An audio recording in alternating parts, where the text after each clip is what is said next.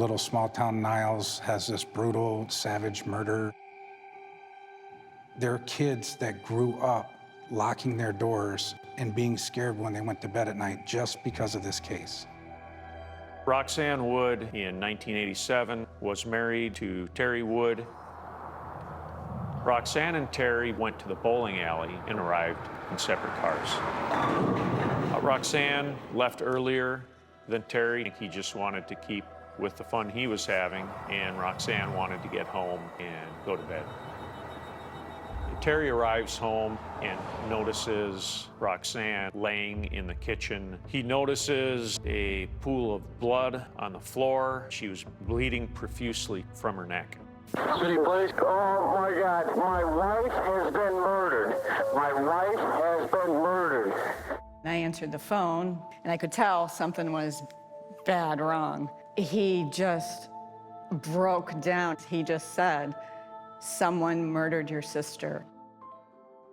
Rock being the rock of the family, she didn't have an enemy out there who just randomly breaks in and does this to someone. She was sexually assaulted.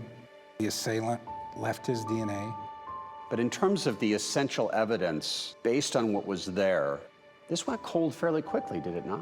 Based off of what they had to go on, yeah, the DNA technology wasn't there to follow up and go through on, and there was absolutely not a lot more to go off. How frustrating was it that no one had been arrested? Oh, beyond frustrating. I was starting to lose hope.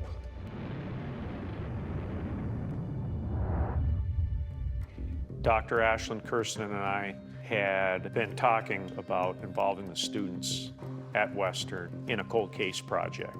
When we first got the file, it was just an amazing amount of data. It just looked overwhelming. Some of the documents are older than I am. Then we would have to sort through if it was relevant information or not. Hours upon hours to scan all this stuff. They were able to organize that report where we were able to put a keyword in and search across that entire document, 3,500 pages. How important was that?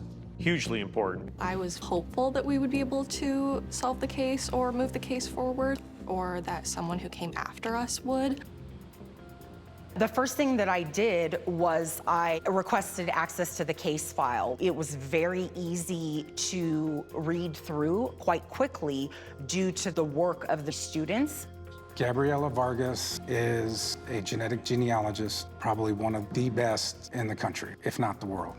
But I'm also a pink-haired, tattooed mom from California who enjoys woodworking and gardening.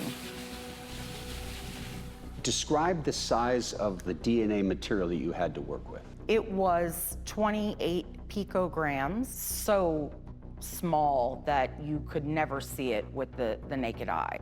Just a speck of a speck of a speck. Very, like the very, size of a very human cell. small amount of DNA. It was deemed unsolvable prior to my involvement. Roxanne Wood's family was my motivation for working as hard and as fast as I did. They never gave up hope that one day justice would be served. They have a Facebook page.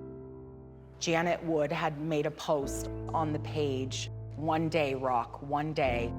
And I screamed out at the top of my lungs, "No, today's your day, Rock, today's your day."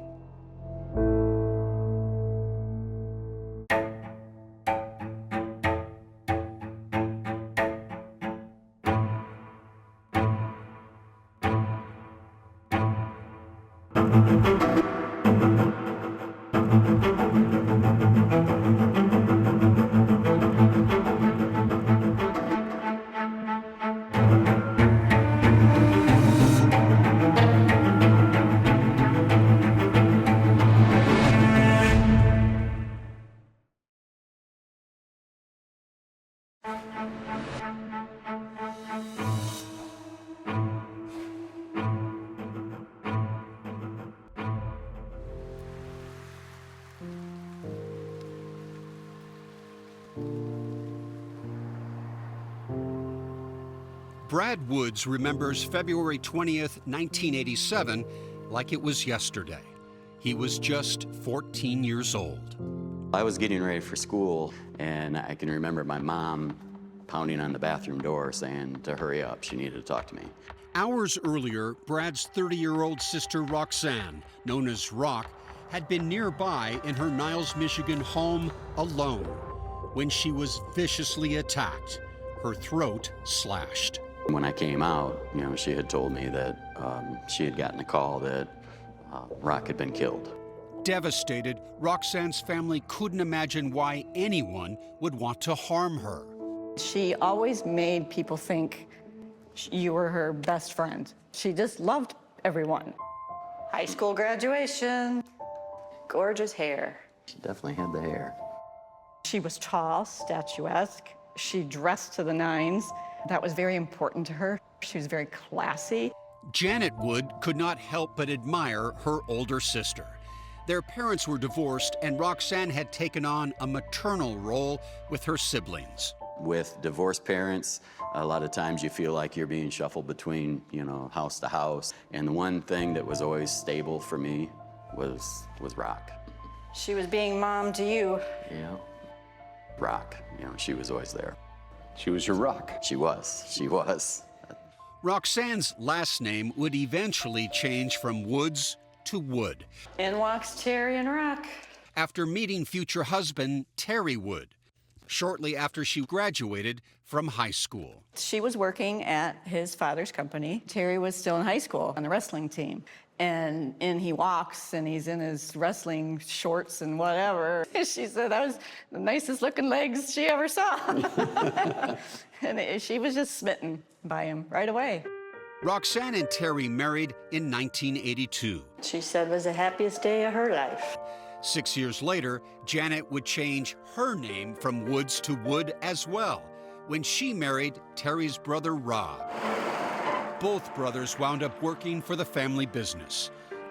For Roxanne and Terry, it proved to be a bit too much togetherness. They got dressed in the morning together, and they rode to work together, and they came home for lunch together, and then they went back to work together. Roxanne's solution? Taking a job in nearby South Bend, Indiana. A little time apart seemed to help the marriage. Very, very content, happy, looking forward to starting a family. February 19th, 1987 started out as a typical Thursday evening for the couple. They met for dinner at a restaurant in downtown Niles after work, and then went to a local bowling alley, arriving in separate cars. From the report, you could tell when Roxanne entered that bowling alley, all eyes were on her. Michigan State Police Detective Sergeant John Moore. There wasn't a whole lot of ladies there because this was the men's bowling league, so she drew some attention. As midnight approached, Roxanne was ready to call it a night, but Terry wanted to stay. There's witnesses where Terry and she said goodnight to each other. Hug, kissed, love you, drive safe. After Roxanne headed home, Terry stayed behind and bowled another game. He then headed home and arrived here about 45 minutes after his wife. Terry entered the house through the garage, and once inside, he came upon a horrific sight. She was laying on the floor. She had her nightgown on. He said there was a lot of blood.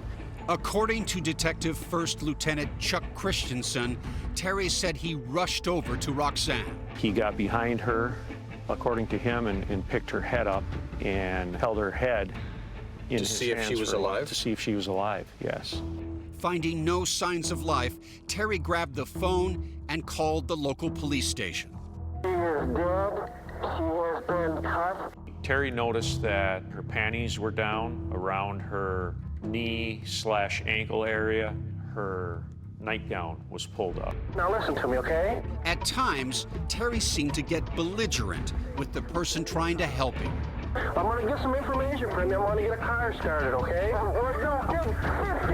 The car started.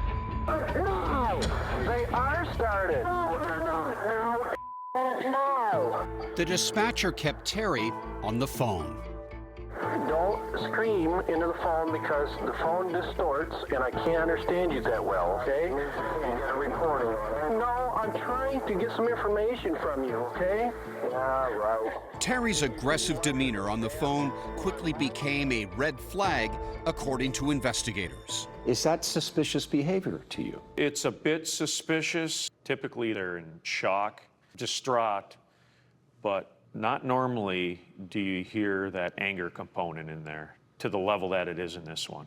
Detective Sergeant Jason Bailey says a seed of suspicion grew even more once police arrived at the home. He definitely had fits of rage. I know at one point he was screaming they wanted a supervisor, a sergeant there. Is he making himself a suspect by this kind of behavior? Everybody reacts differently, but based on this abnormal reaction, I believe he was making himself a suspect. First responders eventually had no choice but to subdue Terry by placing him in the back of a patrol car.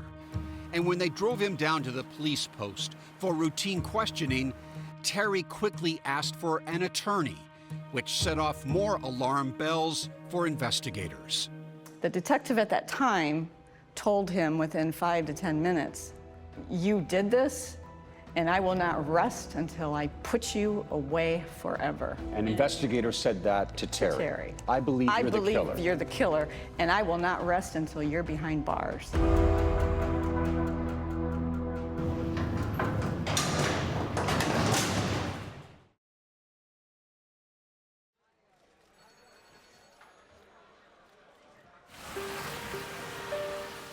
As investigators began piecing together clues in Roxanne Wood's rape and murder, the emerging picture offered up just one suspect, her husband Terry.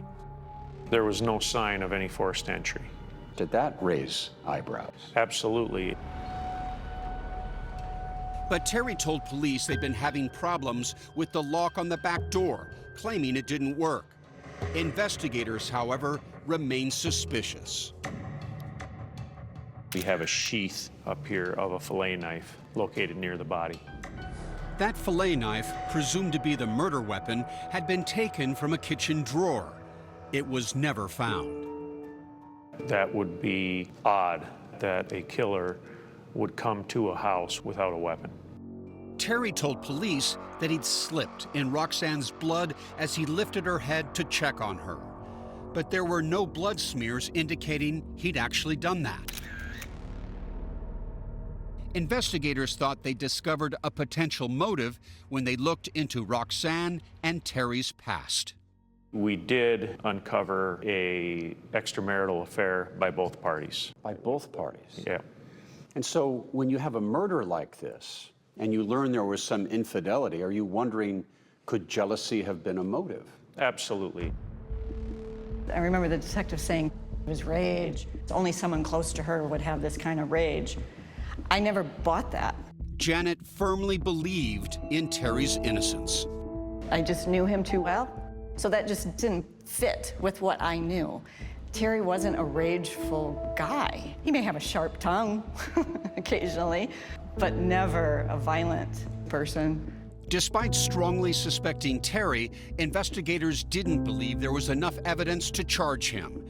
After just a few months, the case went cold, leaving a cloud of suspicion hanging over Terry. He declined our request for an interview. I'd heard stories that at times he'd walk into a place and somebody would call him Slash. DNA was left at the crime scene. A sample was preserved, but given the limitations on technology back in 1987, not much could be done with it. Still, Roxanne's family never gave up. I didn't lose hope, ever. I mean, this guy just didn't do this and then lead a clean, pristine life the rest of his life. DNA technology evolved, eventually allowing the sample to be uploaded to the criminal database CODIS in 1999. But no match was returned. As disappointing as that was, everyone was hopeful that the DNA would at least clear Terry when it was tested against his. The result, it wasn't Terry's DNA. So did that eliminate Terry as a person of interest, as a suspect in this case? No. Why not? It's not his semen. Just because you find semen in somebody doesn't necessarily mean that that person is the one that killed them. After that, the case offered no new leads until 2020. After more than 3 decades of compiling thousands of reports, police were drowning in paperwork. That's when a professor and an innovative group of students here at Western Michigan University figured out a way to speed up the investigation.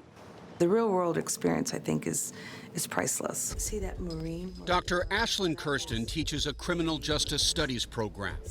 For years, she's been talking to Detective Christensen about how her students might help on a cold case. What a great partnership that would be if we could ever make something like that happen. So the professor and the detective came up with a plan. Dr. Kirsten's students would process around 3,500 pages of documents, accumulated since the day Roxanne was murdered, into a single digitized database. Samantha Rogers was one of several students who worked on the case. The officers are able to search by name and see if they've already been interviewed, if they needed a follow-up. They can search locations, things that they wouldn't be able to do just flipping through thousands of pages. Mackenzie Stoneman says the decades-old files were a solemn reminder of how long some victims wait for justice. It gave a sense of gravity to what we were doing, that these cases have gone unsolved for that long. Around the same time the students began crunching data, Christensen decided it was time for a Hail Mary pass. Colleen Fitzpatrick is the president and founder of Identifinders International, a company that specializes in genetic genealogy. It's been used in forensic cases to help identify unidentified remains and violent offenders for violent crimes. Christensen hired her genealogy company to examine the tiny amount of DNA left from Roxanne's case.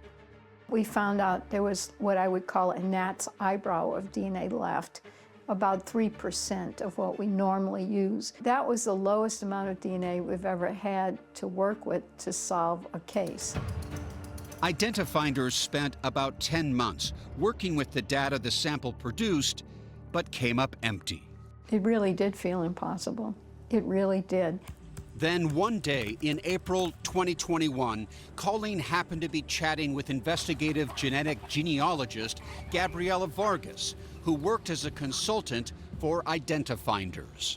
And I said, well, why don't you let me look at it? I concluded that I did not stand with the others. I believed that this case was extremely solvable, and I believed that I could solve it. So Gabriela got to work. Incredibly, she was able to generate a genetic profile from the killer's trace DNA. It tells me where their ancestral origins come from. Are they Eastern European? Are they Mediterranean? Are they African American? And what was the race of this person? Caucasian. Gabriela then turned to an online DNA service. When consumers use DNA sites like 23andMe and Ancestry.com, they can take their results and upload them to a broader database called GEDmatch in the hope of finding more relatives. They can choose to opt into law enforcement matching. If they do that, I can see if they are a match to my suspect. Gabriela was able to use GEDmatch and the genetic profile she developed to start to build the family tree of Roxanne's killer. How far back did you go in time? One side of the tree, the ancestor was 1823. On the other side, the top ancestor was 1797. Essentially, what we're looking for amongst these matches are where they connect to each other, and it led me to a union couple. A union couple is where two sides of the family tree meet. This couple was born around 1920. Based on that, we can presume that they would have kids around 1940, maybe 1950. It would have to be one of their children. The couple she found had 3 sons. She let the detectives know. They did background checks and eliminated 2 of the 3 brothers as possibilities. They were down to the last brother. He's been involved in a lot of different things. Violent things? Violent things, sexual deviant things, you name it, he's probably been involved in it. And you connect the DNA with someone who has a history of violent behavior, and you got yourself a suspect. Absolutely. How do you feel about sharing your DNA search results with law enforcement? Join the conversation now on social media.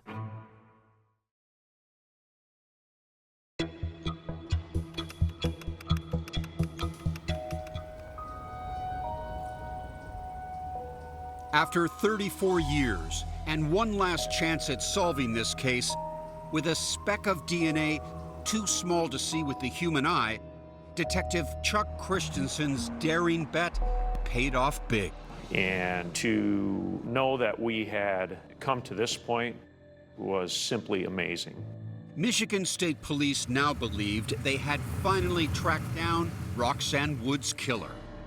We were confident now we were going to solve this and make an arrest. You could now pinpoint who that individual was that had committed these awful crimes. And who is that person? That individual's Patrick Gillum.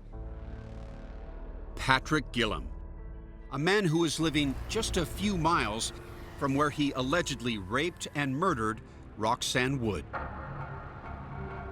And it turns out he had a troubled past. Had been a drinker. Is he into drugs? He's into drugs, just an individual that was lost in life and a bad individual based on his background. When detectives dug into Gillum's criminal history, they found a connection to another disturbing case 8 years before Roxanne's attack. My wife, Maureen, was attacked by Patrick Gillum in 1979. Robert and Maureen Farrig and their 2 young daughters lived in Gary, Indiana, back in September of 1979. We were just kind of blossoming into adulthood with the kids, with our lifestyle, with our jobs. Robert was economic director for the city, and Maureen was an art teacher at the local middle school. What is it about Maureen that you fell in love with? Wow, I can't say one thing only. She was very attractive, which has caught my eye. She was so nice. People gravitated to her because of her warm personality. One night, while making his way home from a business trip, Robert called Maureen with a favor. I said, Maureen, I don't have my keys to the house, so could you leave the side door open? At around 11 at night, Robert turned onto his street. He'll never forget what he saw. When I pull up, I see the police cars. Robert quickly found Maureen, who calmly told him she was in bed when she was startled awake by a noise downstairs. Maureen sees this guy going through her purse. He got scared, whatever, and chased her. Maureen started going upstairs, and he grabbed her at the bottom of the stairs and got on top of her. And he tried his best to molest her. He wasn't successful. Maureen told Robert the man then took her purse and fled. Throughout the attack, Maureen had stayed quiet. She didn't want to awaken her 2 girls. That takes an incredible amount of courage. She was willing to sacrifice herself there, if need be, to protect her 1- and 3-year-old daughters. Maureen had a lot more than courage. She had strength. About a week later, Gillum was pulled over in Gary for a traffic violation. A police officer noticed credit cards on the seat next to him. They were Maureen's. Police officer called me and said, we picked the guy up. We're bringing him into the station. When he was interviewed by police, he said, all I remember is going into the house and I blacked out and woke up with my pants around my ankles. Patrick Gillum was charged with burglary and unlawful deviant conduct. He pleaded guilty and was sentenced to 14 years in Indiana State Prison. How did you go on with life from that point? We forgot about it. We changed our house, we changed our neighborhood. She never told anybody because she felt that was a private issue. Patrick Gillum served just 7 years of his 14-year sentence. About 4 months after his release, police believe Gillum assaulted Roxanne Wood. Criminals learn as they go, and I believe he learned from that first crime he did that I better not leave this witness alive because I will be in prison for a long, long time.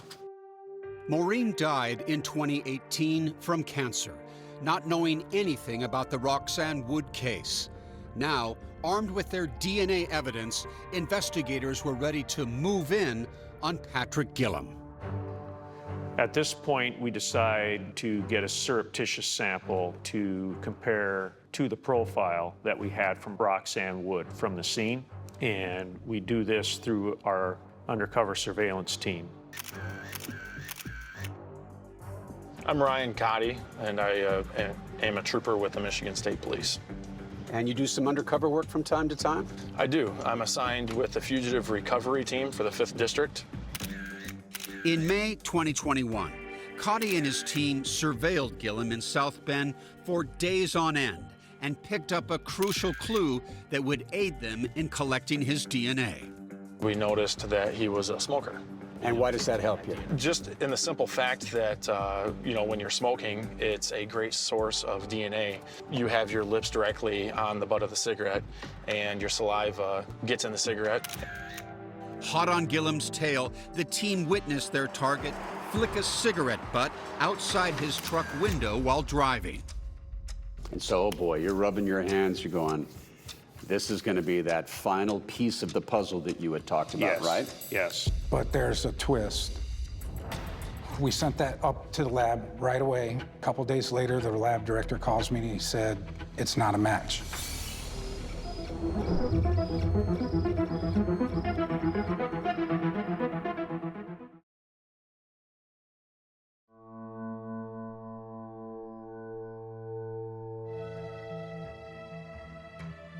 DNA is DNA. If it's not a match, it's not a match. Detective Moore says investigators were shocked when the lab called to say the DNA sample from Patrick Gillum's cigarette butt did not match Roxanne's killer. We were scratching our heads. I called the trooper that grabbed that cigarette butt, and I said, is there any way at all that you lost sight of that when it flipped out of his finger? And he said, a car drove by right then. It was possible the cigarette butt tested was not Gillum's. The only thing logically that we can do is go back and get another one. So undercover trooper Ryan Cotty headed back to work, once again tailing Gillum. He pulled into this laundromat, which we saw as a window of opportunity that he would most likely be coming out to take a smoke break. This time, Cotty was determined not to lose sight of Gillum's discarded cigarette butt for even a moment. And instead of tailing him in a car, Cotty followed Gillum on foot.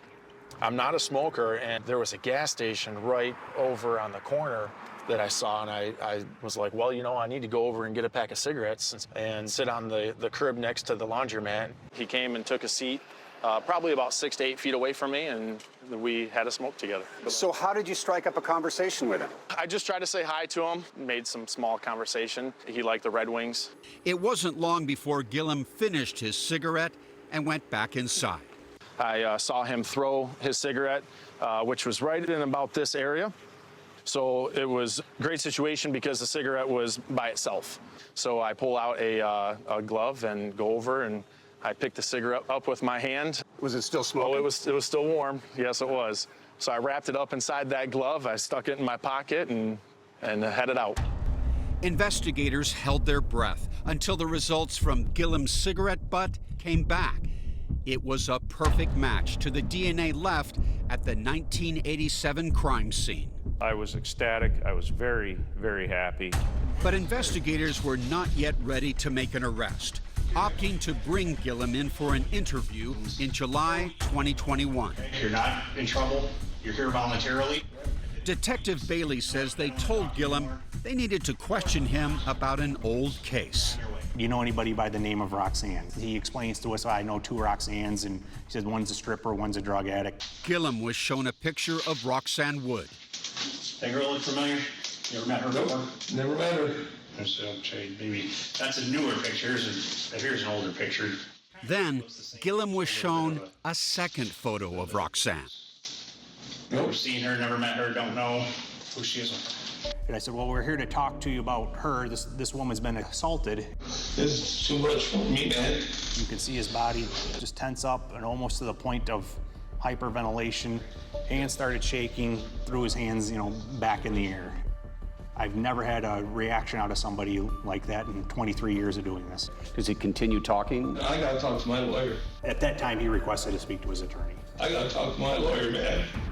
In February 2022, just days shy of the 35th anniversary of Roxanne's murder, Patrick Gillum was arrested at his South Bend, Indiana home. An answer a family has waited 35 years for. Roxanne's brother, Brad Woods. It didn't seem real. It was nothing like I had ever played in my mind of how I would be when they came to the door to say, we've got him. Detective Christensen then met face-to-face with the man who had lived for decades with cruel rumors and doubt, Terry Wood.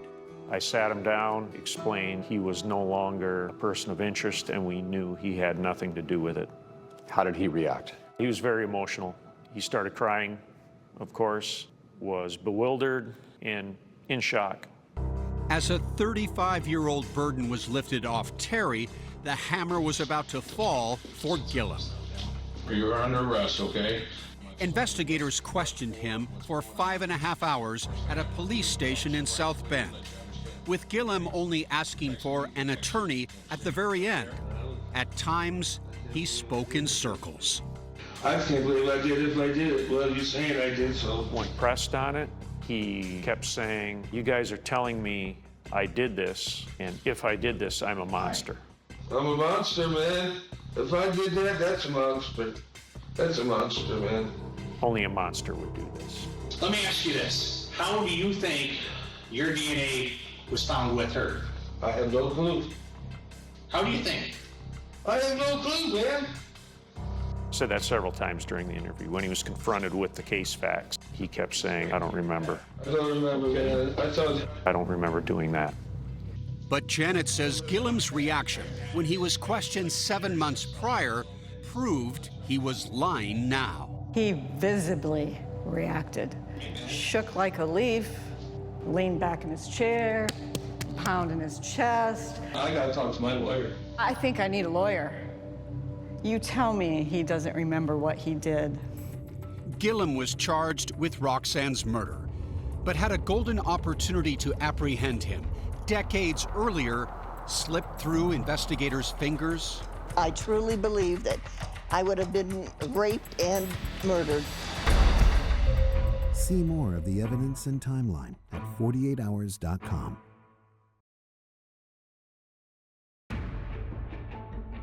In the summer of 1987, just months after Roxanne Wood was murdered in her home, her alleged killer crossed paths with yet another woman. It was a hot night in South Bend, Indiana, when Rose Caparel went outside to her front lawn. I was standing down there watering, and all of a sudden I hear this loud car coming down the street. Rose, standing alone, says she noticed a blue El Camino, similar to this one, driven by a stranger, getting closer. I looked, and he had a taillight out on the car. About 3-4 minutes later, I hear the same car coming back down this street. Now, it had a bad muffler, right? Oh, the muffler was loud. I just got a feeling that something just wasn't right. And by the time I got halfway to my front door, a man came around the corner of the house. He had a stocking cap on, and he had a full beard. All you could basically see was his eyes. I just turned and ran, screaming down the street. Have you ever run faster in your life than that moment? And I'm not a runner, and I ran. Rose says she ran to a neighbor's house and called local police, but the assailant had escaped. What do you believe would have happened if that man had caught up to you? My thought was he was going to rape me. A few days later, while Rose and her family were driving to dinner, her daughter Tina says she spotted that same blue El Camino with a burned-out taillight in a parking lot. My mom says right away, that's the car. Stunned, Rose and Tina say they went to call the police, leaving Rose's husband Stan, a retired Marine, waiting for the car's owner. I came back to my dad holding a gun at the attacker, sitting on the ground. Tina says her father demanded the man hand over his driver's license. They say the name on that license, Patrick Gillum. We had never heard the name before. Rose says the police never arrived, so Stan lowered his gun and let Gillum leave. She says she later reported the incident at the South Bend police station. We didn't pursue it because we figured, they would be doing something with it. No arrest was ever made. Decades later, when Rose saw the report of Gillum being arrested for Roxanne Wood's murder, she and Tina decided to tell their story to the Michigan police. Imagine if the police had come, they might have solved Roxanne Wood's case just a few months after it had occurred. Possible, yes. An opportunity lost. Yeah, it could have went that way. But in April 2022, Gillum's day of reckoning finally came. When he walked in, I openly said, piece of I didn't realize I was saying it as loudly as I did. In a Michigan courtroom, he faced some of the people whose lives he had viciously altered. And he made eye contact with me. He sat down and he looked up and he stared right in my face. Even though Gillum had insisted to investigators that he didn't remember murdering Roxanne, he later pleaded no contest to second-degree murder. And now everyone waited for his sentence to be handed down. It was almost like being face to face with the devil. I remember being shaky and nervous and I just couldn't believe I'm sitting this close to the person that did this. Brad and Janet finally got the chance to address the man who killed their sister all those years ago. Patrick Gillum is a very definition of a nightmare. Women fear our whole lives. Gillum appeared confused, as though he'd seen a ghost when looking at Janet. He wore headphones in order to hear. Janet does look a lot like Rock. He was probably in shock seeing her sitting there. His actions gave all of us a life sentence, while he got to live most of his as a free man. And we are here today to see him finally pay something for what he's done, which is likely the rest of his life in a cage, like the vile animal that he is. It seems people like him tend to find Jesus in prison. Don't bother looking, because the devil will be the only one greeting you. When it was his turn to speak, Gillum offered an apology and a prayer. I can't believe I did what I did. And I pray for them every night. And I am so sorry. I just hope that sometime in the future, with God's help, that they can start to forgive me. The judge sentenced Gillum, who was 67 at the time, to a minimum of 23 years in prison. Sitting in court, Terry Wood, now vindicated, watched as his wife's real killer was led away. Robert Farrig witnessed Terry's pain firsthand. I shook his hand. He was, shaking, crying.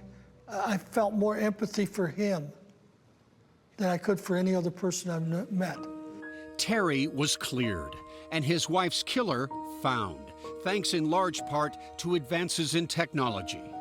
Genetic genealogist Gabriela Vargas, who solved a decades-long cold case in just 4 days, says she's eager to do it again. As a result of your work, more and more law enforcement agencies will be coming to you, more and more families hoping that you can do your miracle work and solve their cold cases. That's quite a burden for you, isn't it? Oh, absolutely not. It's an honor. It's an honor to be able to work these cases, to bring justice to these victims and closure to these families, and I will never stop. As the Wood family finally found some peace, their rock will always be with them, giving them the strength to move forward. Janet remembers a dream she had about her sister. We were downtown Niles, and she came up and grabbed me. And she goes, Janet. And I was like, oh, Rock, oh my God. And we're walking and walking and walking and just laughing. And all of a sudden I look up and it's dead silent. And we're at the gates of the cemetery. And I said, oh, do you have to go back? And she goes, yes. She goes, but it's fine. She goes, I'm good. She goes, I'm really good. That was it.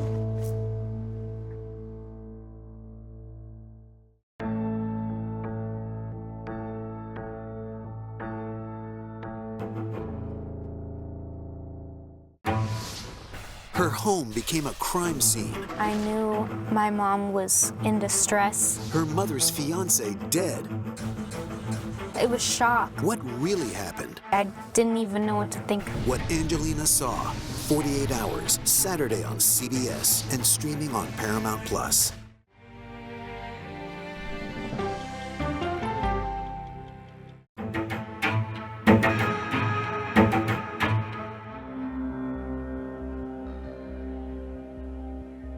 My name is Carol Dodge, and I am the mother of Angie Dodge, who was brutally murdered in June of 1996. And for 23 years, I've traveled every road there is, turned every stone there is, to find justice for my daughter.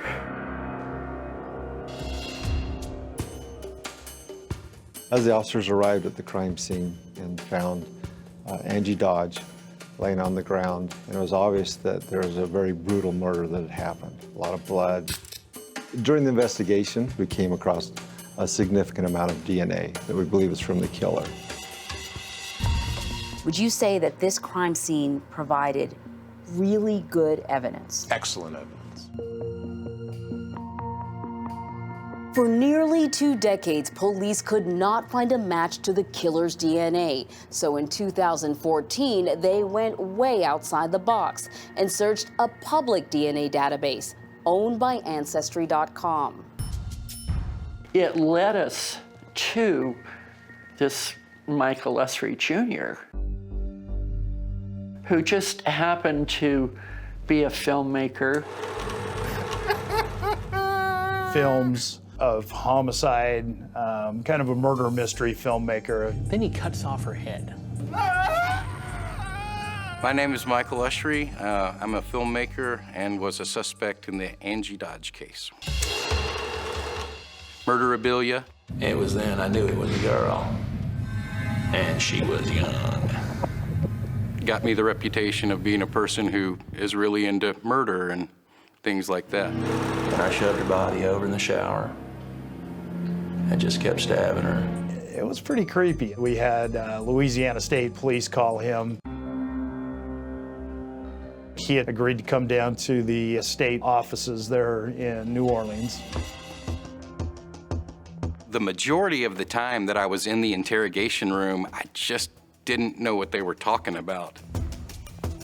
They finally had to look at me and go, no, we think that you, Michael Essery, we think that you're involved in this murder case. My whole purpose is to find who killed Angie Dodge. The ability to kill is obviously somewhere in all of us because it happens every day.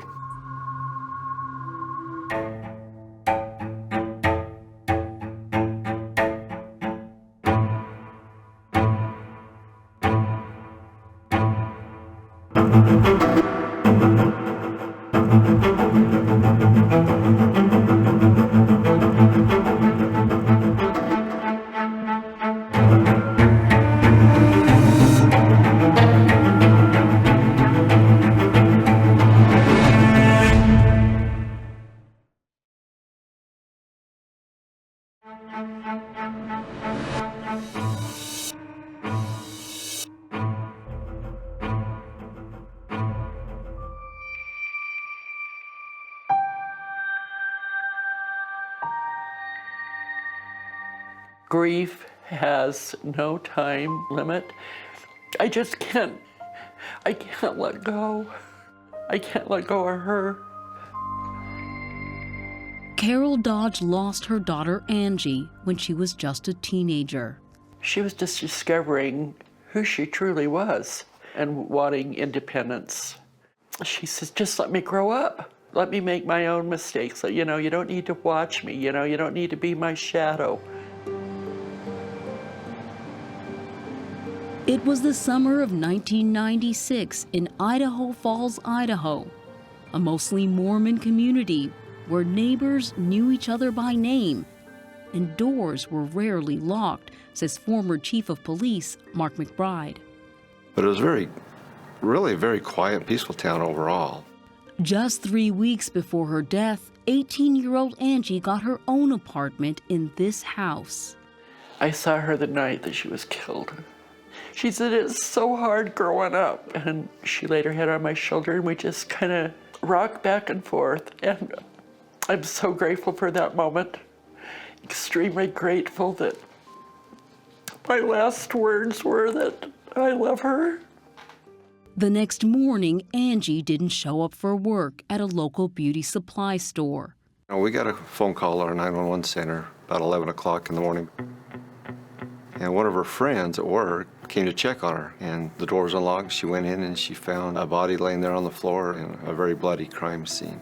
There were no signs of forced entry, but there were signs of a struggle. Do you think she fought for her life? Yes, I do. Angie was stabbed and cut 14 times and left half naked. The killer ejaculated on her, leaving behind what DNA expert Greg Hampikian calls a pristine profile. It's a single profile, complete identification, one man to the exclusion of everyone on the planet. Police began collecting the DNA of dozens of local men and spent months interviewing everyone Angie knew, including this young man, Christopher Tapp. Although his DNA didn't match and Tapp denied any involvement, after more than 28 hours of interrogation over 23 days, Tapp confessed to participating in Angie's murder. You were there, correct? Correct. Did you know Christopher Tapp? No. Had no clue. Tapp told police that the night of Angie's death, he and two friends stopped by her apartment. During an argument, Tapp claimed one of his friends started stabbing Angie while he held her down. You hold her down, okay, while she's being cut. You hold her down while she's being cut. But when Tapp went before a judge, he pled not guilty of raping and murdering Angie Dodge. I said, you beast, you horrible beast. How could he do this to my daughter? Defense argued Tapp's DNA didn't match the killer's, but on May 28, 1998, it took a jury approximately 13 hours to reach a verdict. Guilty.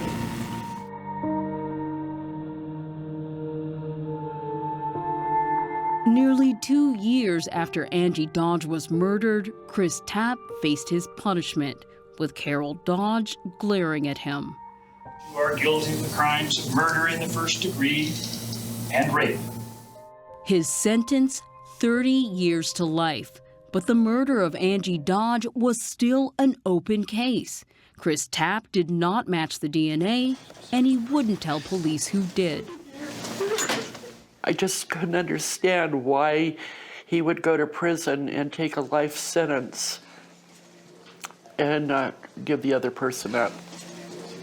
Tapp did give authorities several names, including someone named Mike. How sure are you that he's first name? I'm dead positive. But police could never make a DNA match, so the case went cold, but not for Carol Dodge. I never stop looking for the actual person who matches the DNA. By 2009, the killer's DNA had been entered into the National Criminal Database, known as CODIS. But there was still no match. So Carol called well-known DNA expert Greg Hampikian. I had this message, they don't know who killed my daughter. By then, there had been many advances in DNA technology, and so with Hampikian's help, Carol Dodge pushed authorities to use a new controversial search process called familial DNA. It looks for anyone who may be related to Angie's killer. Which means going into that database in Idaho of the convicted offenders and looking for a family member that might match this DNA partially. Idaho doesn't allow familial searches in their criminal database, so Hampikian made an even more controversial suggestion: a familial search through public databases. I'm the one that went to the Idaho Falls Police Department and the prosecution saying, we need to do this. Imagine you're one of millions of Americans to open up a kit like this, spit into a test tube like this, and then send your DNA off to a commercial database. Well, now that database owns your DNA profile, and you may not realize it, but police may be able to access it. We're interested in solving a crime, and we're going to use any technique we can that we can legally use. In the summer of 2014, detectives searched a public DNA database owned by Ancestry.com. They got a hit. I was told they got 34 out of 35 markers, I believe. Is that good? Yeah, that's a good investigative lead. It was a close enough match to make Detective Patrick McKenna think they had found a relative of Angie's killer. So police got a warrant for Ancestry.com to reveal his identity. It was a man named Michael Usry Sr. We know it's not that individual, or we would have had 35 out of 35 on that. So that's when we started doing research into the family. That led investigators to suspect Usry's son, Michael Usry Jr. Detective McKenna wondered if this could be the Mike that Chris Tapp once named. And then we started researching him, and the films that he was making. It was a little eerie to try to think that that could possibly be a solid suspect in the case.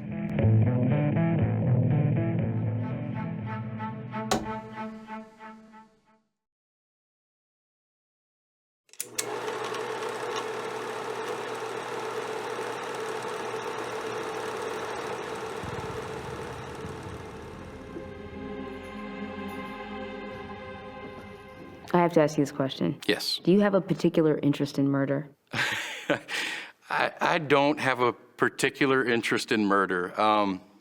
It sure seems like it based on your film I projects. know it does, but no, I really have quite an aversion to it. But authorities investigating the brutal murder of Angie Dodge weren't so sure. Precisely at 2 o'clock, three gentlemen came to my door. In December of 2014, more than 18 years after Angie's murder, Michael Usry Jr. was living in New Orleans when two detectives from Idaho Falls and a Louisiana State Police officer brought Usry to a state police office near the New Orleans Superdome and started grilling him. They said, "So what about your travels to Idaho? Have you ever been to Idaho?" And I had, in fact. I actually went up there with some friends for just one night. He was 19 years old back then, and he and his friends drove to Rexburg, Idaho, passing right through Idaho Falls. Well, they were really interested in that. I'm a little surprised that we were able to actually place him in Idaho Falls. It was a big red flag for Detective Patrick McKenna. It's kind of weird, but I just really didn't get it. Then one of the officers pulled out a warrant and swabbed his cheek for DNA. At that point, I went, "Hey, what's going on here, you guys? Should I get a lawyer?" Once they had his DNA, they drove Michael Usry home without any explanation. I just basically stood on my sidewalk in a daze. It was a call to a close friend that finally shed some light. And he said, well, what's the case? What is this? And I go, well, they wouldn't tell me anything except that it was a high-profile murder case in Idaho Falls. So he gets on the computer, and within 20 seconds, he's like, oh yeah, this is the case right here. It's some girl named Angie Dodge. The filmmaker, whose movie featured a convict describing how he stabbed a woman to death, Watched her insides spill out all over the floor. was now suspected of doing just that to Angie Dodge. I mean, it was very much a case of an overkill. They stabbed her and cut her, and it was just a butchery. People were like, wow, what does this imply, you know, for your career? For your life, for your family, for your family's name? Usry remembers being terrified, spending days holed up at home, worried what police would do next. Pretty sure that they were tapping my phone calls, possibly staking me out, certainly checking my computer searches. But Usry knew he hadn't killed anyone, and he wanted answers. A local newspaper reporter showed him a copy of the warrant investigators used to obtain his DNA. And right there, the answer to the question, why him, dated back about 17 years. And I went, wow, this is because of my dad? The filmmaker's father, Michael Usry Sr., participated in a genealogy project at his local church. A sample of his DNA went to that public database, which was later purchased by Ancestry.com, and that's where police came across it. There are 34 out of 35 LLs that match. It seems shocking to me. 34 out of 35 DNA markers sounds like a stunningly close match to Angie Dodge's killer. But the reasons police honed in on him instead of any of his other relatives are detailed in the warrant. I told you what Mike is his first name, okay? Remember, Chris Tapp told police a guy named Mike was involved in the murder. Police took to Facebook and found his profile. Bingo. Facebook showed Usry had friends living in the Idaho Falls area. And then there's Usry's films. And then bludgeons her to death with this very hammer.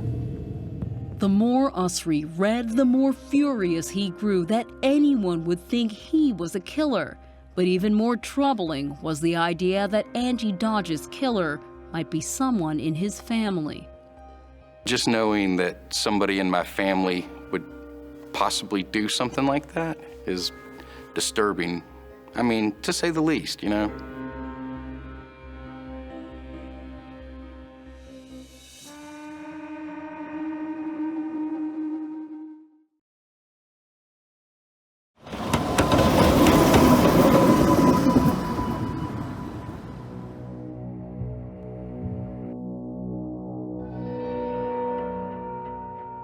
Michael Usry worried every day.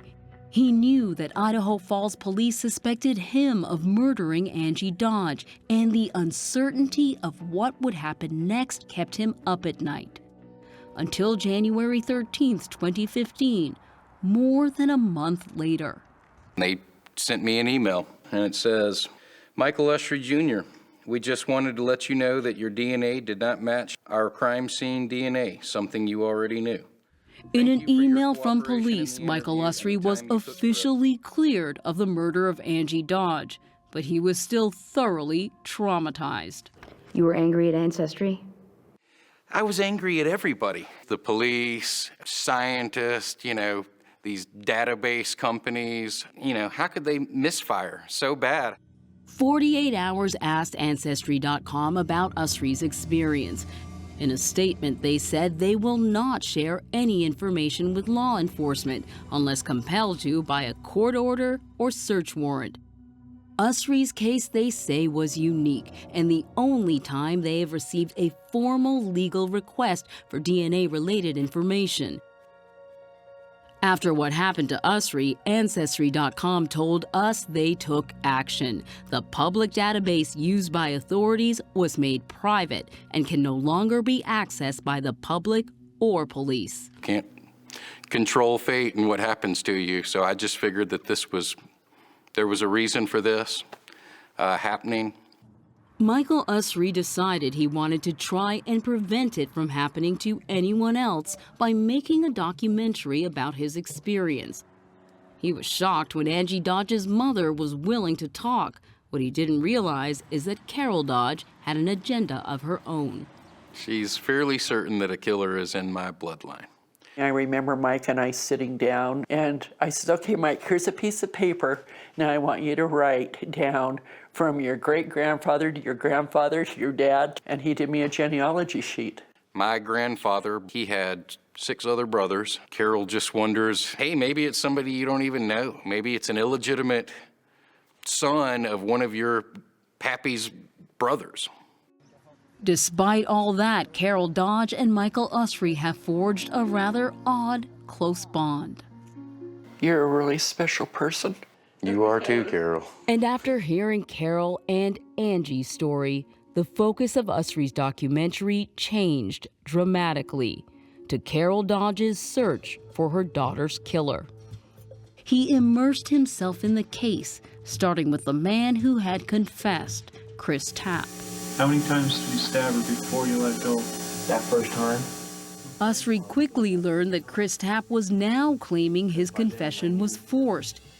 And the Idaho Innocence Project, headed by that DNA expert Greg Hampikian, was now working to set Tapp free. Based on the DNA, is there any way that Chris could have been in that room? No, not based on the DNA. The more Carol Dodge learned about DNA, the more she questioned Chris's confession that he held Angie down while she was being stabbed. It wasn't until I started studying science that I said it's impossible. How could Chris admit in doing what he said he did and there be no physical evidence? But it wasn't just the science that bothered Carol Dodge. She believed Chris Tapp's confession was coerced by the detectives who interrogated him. Come on, man. I mean, you're the heat of the moment. She's putting up the fight. Do you know? You're caught. You're right there in the middle. I watch it. Right? And it's so frustrating. This was Chris Tapp when we first met. At 40 years old, he'd been inmate number 56265 for 20 years. You look at that 20-year-old kid, you know, and you realize, God, I was just an idiot. Think hard about it. I know it's there. You know. Chris Tapp says his confession was a lie, a story fed to him by police and then forced back out of him on tape. You can see him specifically pointing out facts to me or giving little innuendos. This would be the stairs going up. Okay. So you went up these stairs. Okay. Or hints of how the murder went down. Well, it's a porch that goes outside. It all started because Chris Tapp's friend, a man named Ben, who also knew Angie, was arrested in Ely, Nevada for assaulting a woman at knife point. To investigators, the crime seemed similar to the attack on Angie. So while Ben was in custody in Nevada, investigators brought Chris in for questioning. Emphatically, I said I had nothing to do with it. I don't know what you're talking about. I'm going down. I knew there's no way. But instead of leaving it at that, Tapp, then just 20 years old, cooperated. I felt like, trust them, they're not going to do anything wrong. He doesn't know they can lie to him. And most innocent people have no idea that the interrogators can lie to you. First, Tapp was told there was irrefutable evidence that his friend Ben killed Angie and that Tapp was there when it happened. I'm pretty sure we know what happened and who did what, how, when, where, and why. Tapp kept denying all knowledge of the crime. Did you hear her scream or anything like that? I wasn't there. But detectives persisted, and even though he had a lawyer, Tapp kept talking. And so when they offered you a polygraph, seemed like a good idea? Yeah, seemed like a great idea. I had nothing to hide, no reason not to do it. But Tapp was told he was being deceptive, and detectives promised him full immunity, no jail time, in exchange for the truth, as long as he hadn't participated in the actual murder. That's when Tapp says he started telling police what he thought they wanted to hear. Now, are you sure Ben's there? Yes. You're Positive? Yeah. Yes. Okay. Tapp told detectives he was there when Ben killed Angie Dodge. You told him no, don't do it. Yeah. Okay, so did he have the knife then? Pardon? But just hours later, detectives learned that Ben did not match the killer's DNA. A desperate Chris Tapp started changing his story, blaming several other friends for the murder. I continued to lie. I continued to give them story after story, and they should have just stopped. But they didn't. But Chris, why didn't you stop? I didn't think I could.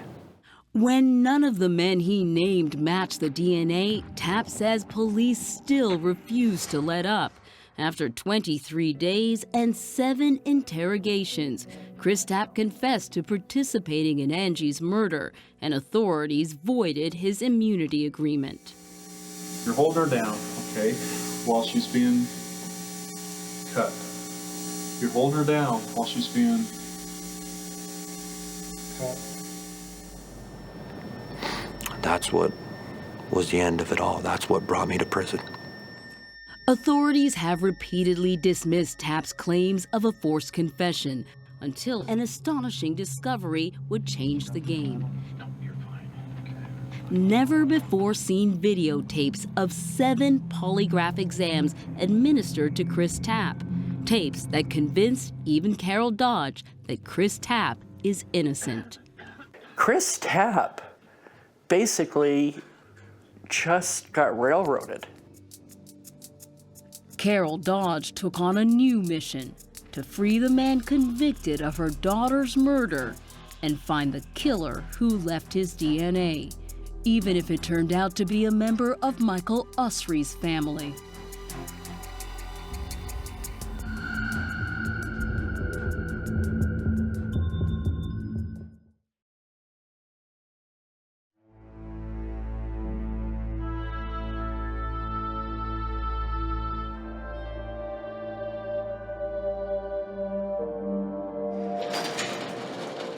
You always gotta have a little faith, gotta have a little hope. I haven't accepted this as my end. I can't imagine spending one day in prison, let alone 20+ years. Mike Heavey is a retired Superior Court judge who believes so strongly that Chris Tapp is innocent, he spent the last 4 years trying to prove it. When you look at the interrogation videos, he knows nothing. So, Chris Tapp, Ben. He struggles Let it out. for details. Let it out. You're there. Why? Because he wasn't there. Heavey runs a wrongful conviction project called Judges for Justice and took on Tapp's case after watching the interrogation tapes. I wasn't there. I wasn't even down the stairs. I wasn't nowhere around. Judge Heavey became convinced that Chris Tapp had been coerced into changing his story an astounding 6 times and knew that something was missing. I was concerned. He went from one day saying, I wasn't there. And the next day, you're standing above her like this, like her head's right here. Yeah. I'm at the crime scene and I stabbed her. I couldn't see how he made that jump. So I went back to look at the polygraph and my jaw just dropped. Can you help to say that I'm nervous? In between Chris's 9 interrogations, detectives administered 7 polygraph exams. All of them were recorded, but no one had ever bothered to look at the tapes because polygraphs are inadmissible in court, and the sound is barely audible. Polygraphs are typically used to assess the credibility of the witness when they're done honestly. And how was the polygraph used in this case? This case was used to trick Chris Tapp into giving false testimony. Our polygraph expert says it was used like a psychological rubber hose to get him to implicate himself in the murder of Angie Dodge. Judge Heavey says that detectives in the case broke the rules in the polygraph room and thought no one would ever notice. The United States Supreme Court has held that it's improper to threaten. You can't threaten because it leads to false confessions. They threaten him with the gas chamber, being accessory to murder, and being a conspirator to murder. You're an accessory to murder. That's being charged just like the person who did. They get life in prison. Gas chamber. They figured no one's going to look at the polygraphs, so it'll be hidden. No one will ever see it. Heavey says Chris Tapp was brainwashed. I'm scared. You're scared. The reason why is because you subconsciously remember. Chris Tapp eventually comes to believe that the polygraph is an all-knowing scientific instrument that can read his subconscious and is telling the machine that he was at the crime. Teacher, I wouldn't say this, but I believe you were cold-blooded killer. You got trapped.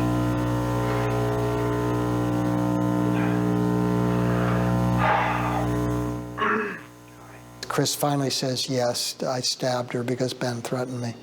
And then Chris said, did I do it? The police officer walks over and says, give me your hand, like he passed the polygraph. And that gets Chris Tapp 30 years to life, charged with the death penalty. Ugly stuff. Do you remember that moment? Yeah, scared. I'm scared. That's pretty much the day my life ended. But Tapp never told anyone about what happened during those polygraph exams. I didn't know what they did in the polygraph tapes was wrong. I didn't know. If I would have known these things 20 years, 15, 10 years ago, then maybe we wouldn't be here today. Idaho Falls police deny any wrongdoing I don't remember seeing them. in their interrogations or polygraph exams. Do you think the polygraph was used as a coercive tool?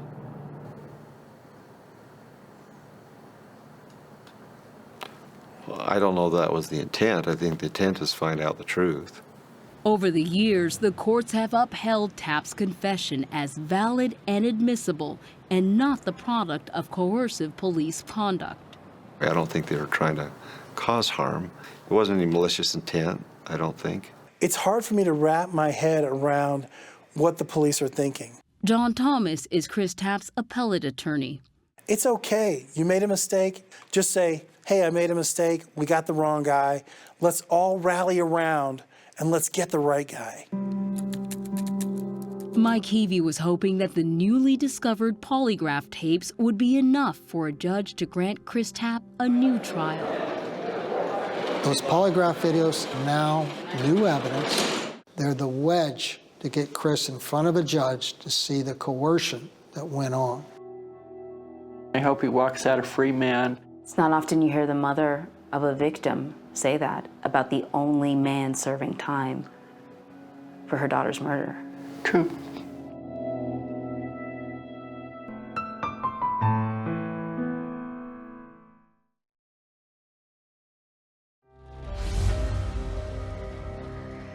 It was March 2017, and Chris Tapp was just 2 weeks away from 2 hearings that his lawyer, John Thomas, hoped would set him free.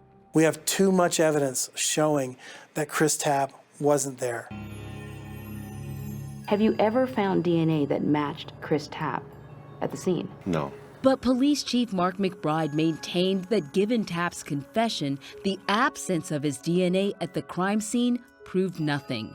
Then, in a stunning turn of events, the district attorney's office wanted to make a deal. Tapp's murder conviction would stand, but the rape conviction would go away, and there would be no probation. Chris Tapp would just take his lumps on his 20 years and walk a free man. Victory! Tapp took the deal. That was in 2017. 2 years later. I've got a full-time job, I'm married. I've actually become that productive member of society that I truly thought I could become. Meanwhile, Carol Dodge never stopped hunting for Angie's killer. I've done a lot of research on technology, and I was bound determined I was going to solve my daughter's case. Not long after Chris's release, Carol got some help. New Police Chief Bryce Johnson says he already had his sights set on Angie's case. I talked to all the detectives, and I kind of told them, let's not worry about what's been done over the past 23 years. We have one mission, it's to find out who left this DNA sample. It wasn't easy, but 2 years later, there was news. Today we are here to share developments in the homicide investigation of Angie Dodge. On May 16, 2019, Thank you, and thank you for being here. Chief Johnson told the world they had finally found and arrested the man who matched the DNA. Carol inspired us all to try harder and to do better. The thing about Carol is she knew more about DNA than I knew about DNA. What Carol knew is that this woman, good afternoon, CC Moore, and a company called Parabon Nanolabs had been making huge strides in solving cold cases using genealogy and public databases. This is our 56th case this year at Parabon using genetic genealogy to identify unknown suspects and victims. Moore and Parabon were able to generate an even more complete DNA profile of Angie's killer than ever before. That profile could now be uploaded to a large public DNA database called GEDmatch, a free website that allows people to upload their own DNA profiles in search of relatives. In return, if users opt in, their data can be accessed by law enforcement. When we upload that data, we get a list of people that share significant amounts of DNA with the unknown suspect. Moore found a family tree that she was confident contained a killer, and it was Michael Usry's family tree. He apparently was a split off of the Usry family from something like over 100 years ago. So we're talking about right family tree, but the branch is way off on the other side. Way off, yeah. Did you know anything about this sort of offshoot of your family? No, totally not. Now Detective Sage Albright and Captain Bill Squires were laser focused on the men in this way off branch of Usry's family tree. It had been whittled down to a list of persons that I think was around 10 or 11 people that we were able to reduce down further just because they weren't in Idaho at the time, or they were 3 years old at the time. Left with 6 possible suspects, detectives had to secretly collect their DNA, following them around for days, waiting for discarded cigarette butts, soda cans, or plastic straws. One guy was a tobacco chewer. The detectives came out, kind of scooped that up. We sent it off to the lab, came back negative. It wasn't the person we're looking for. Then they started running out of men, and a fear set in. The thing we were concerned about, is there a child out there that nobody knows about, right? Did someone have a baby and it's not in the genealogy record? They were right, and this obituary miraculously led CC Moore to a missing Usry. This woman, Helen Darnell, had a daughter who was once married to an Usry. After their divorce, a son was born under a different last name, Brian Drips. When we looked at that name, we realized we had talked to him in the first days of the investigation. He lived across the street from Angie. I literally said, "You got to be kidding." Brian Drips, he was right across the street. That it took me 23 years when they had it in the first 25 pages of the investigation. The police report indicates that the day of Angie's murder, a young police officer who was canvassing the neighborhood had briefly questioned a then 31-year-old Brian Drips. Everyone in that neighborhood got a knock on the door. Drips denied any knowledge of the crime, and police never asked for his DNA. About 7 weeks after the murder, Drips left Idaho Falls. He was living in Idaho, about 300 miles away, when a cigarette butt linked his DNA to the crime, and detectives picked him up for questioning. It was obvious he was nervous. He put on a pretty good game face, but his hands started to shake. For several hours, Drips denied any involvement in Angie's death. And then when we told him, "Oh, we have your DNA at the crime scene," there was a noticeable change in his demeanor, and eventually he told us that he had been involved. Detective Albright says Drips also reported that he acted alone. That meant Chris Tapp could not have been there. 2 months after Drips was arrested, Tapp was back in court. There's clear convincing evidence the defendant was convicted of a crime for which he did not commit. This time to be fully exonerated.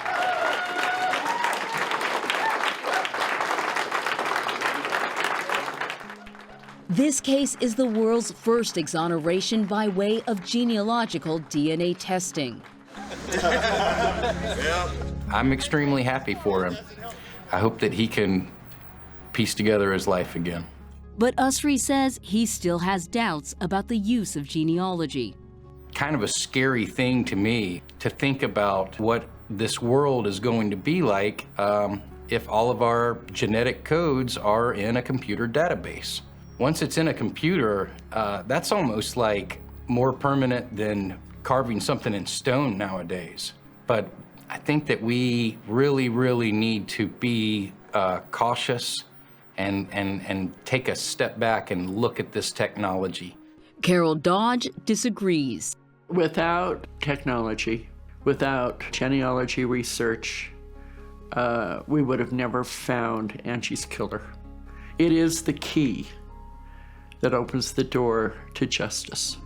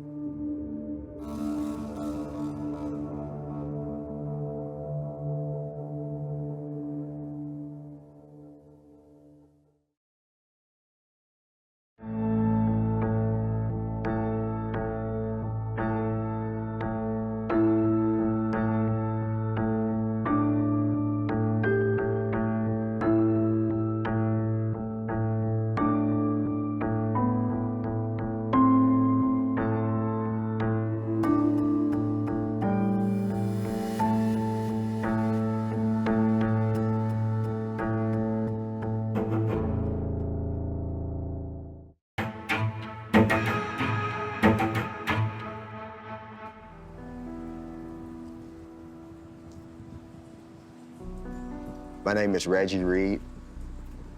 Salonia Reed is my mother, and Reginald Reed Sr. is my father. My mother, she was the love of my life, my first love, and I was her everything. It was very rare I wasn't by her side. Take me back and tell me what you remember about that day. That day, we went to the mall. That's one of the things to do in Hammond, just go to the mall, even though if you're not buying anything, window shop, if you will. Went to the mall, came home, and my mom went out, and she never came home. My beeper went off, and it was Reginald. And he asked me, had I seen Salonia? And I said, no, not since yesterday. I was a patrol officer for the Hammond Police Department. I was dispatched to a missing persons call on Apple Street in Hammond, Louisiana. The complainant, Reginald Reed, explained to me that his wife had left home the night before and had not returned, and he was concerned and wanted to file a missing persons report. I had received a description of the car from Reginald. I started to drive up Range Road, and I noticed the car. Walked up to the car and noticed Salonia's body inside the car. It was very, very, very obvious that she was deceased. Salonia was 26 years old at the time. When I watched the crime scene video and saw Salonia's body in that car, immediately I was sad, I was mad. It was pretty apparent to me right away that whoever did this homicide hated this woman. So I called Reginald back. I says, Reginald, have you heard anything? He told me, he said, yes. He said they found her in her car. And he said that she was dead. And that was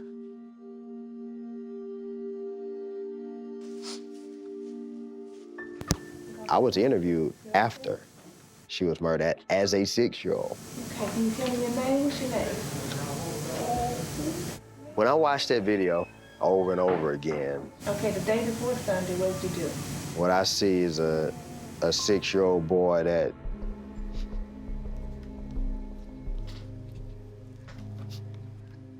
life had been changed. He doesn't understand the magnitude of it yet.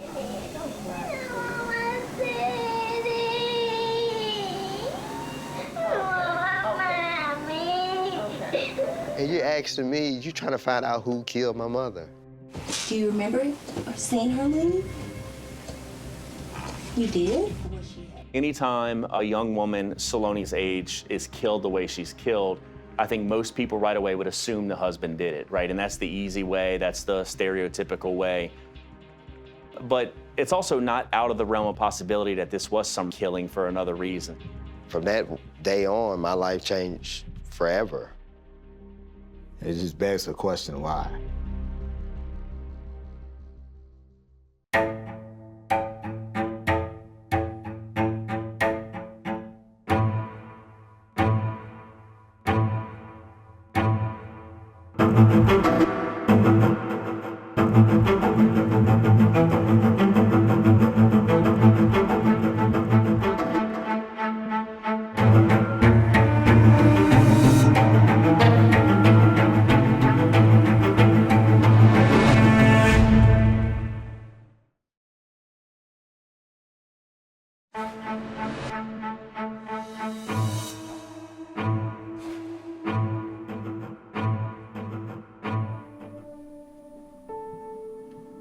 After my mother was murdered, things moved fast. Couldn't really understand, like, why would somebody kill her? Like, what did she do? It's been decades since Reggie Reed Jr. last saw his mother, Salonia. I feel like I missed out on a huge part of life that I'll never get back. Reggie was only 6 years old on August 22nd, 1987. One of the last things he remembers is his mother buying him a chocolate chip cookie here at the Hammond Square Mall in Louisiana. He told police his mother kissed him when she left the house later that night, but the rest, he says, is a blur. When you think about that, what does that feel like? When I think about how my mother's life was shortened and how my experience was shortened, I feel empty. If somebody says to you, who is Salonia? What do you say? If someone asks me who is Salonia, I would say, you're looking at her.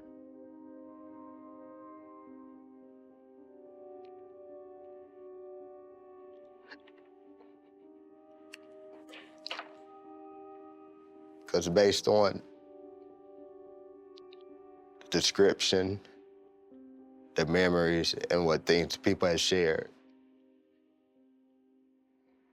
when I look in the mirror, I see my mother. Reggie's memories are at the heart of the memoir he's written about his mother's murder, The Day My Mother Never Came Home. Within these pages, you will find the memories of a 6-year-old boy whose mother was murdered, a 15-year-old young man searching for his place in the world without the guidance and encouragement of his mother. The night my mother went out and never came home, life for me and my father was basically flipped upside down. Charles Muse, now retired, was the police officer who found Salonia's body after taking the initial missing persons report from her husband, Reginald Reed. Salonia's body was in between the bucket seats of the car with her torso over into the back seat of the car. She had 16 pinpoint-like stab wounds in her upper torso, shoulder, and neck. Her blouse had been torn off. Her pants had been removed from her. She had been sexually assaulted as well. Louisiana State Police Lieutenant Barry Ward would eventually be assigned to the case years later. He was only 16 years old when Salonia was murdered. In 1987, I was a sophomore in Marshall County High School in western Kentucky. When he eventually did pick up the case file, he took note of the lack of blood in the car. It would suggest that she was murdered in another location. and then transported to where her body was later discovered at the Johns Curb Market. That market was about 1.5 miles from the Reed house on Apple Street. At the scene, Officer Muse noticed something else about Salonia's naked body. I did see a substance that had been placed on the body. It was a white liquid type substance on her torso and stomach area. Police believe the white lotion may have spelled out a word, but if there was a message, it had become illegible in the Louisiana heat. The windows were rolled up. It was August at the time. It was very hot out. Detectives bagged any potential evidence, including the butt of a cigarette. A Winston cigarette. Police canvassed the area, but Ward says they didn't find any eyewitnesses or a murder weapon. The following day, on Monday the 24th, a neighbor went to his mailbox and discovered a crucifix and a screwdriver. Given the nature of Salonia's injuries, police at first believed the screwdriver might be the murder weapon, even though it had no visible blood on it. It was early in the investigation, and detectives looked at all the angles, including Salonia's job at Citizens National Bank. She was a teller in the commercial section. She was described as being polite, kind, had a nice smile. Here she is, taking part in a community fashion show, just 1 week before her murder.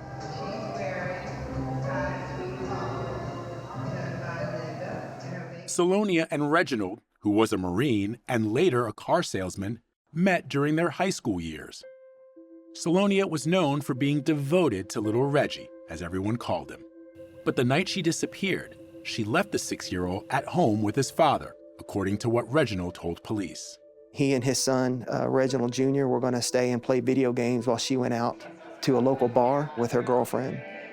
Officer Muse interviewed that friend, who denied she and Salonia had plans that night.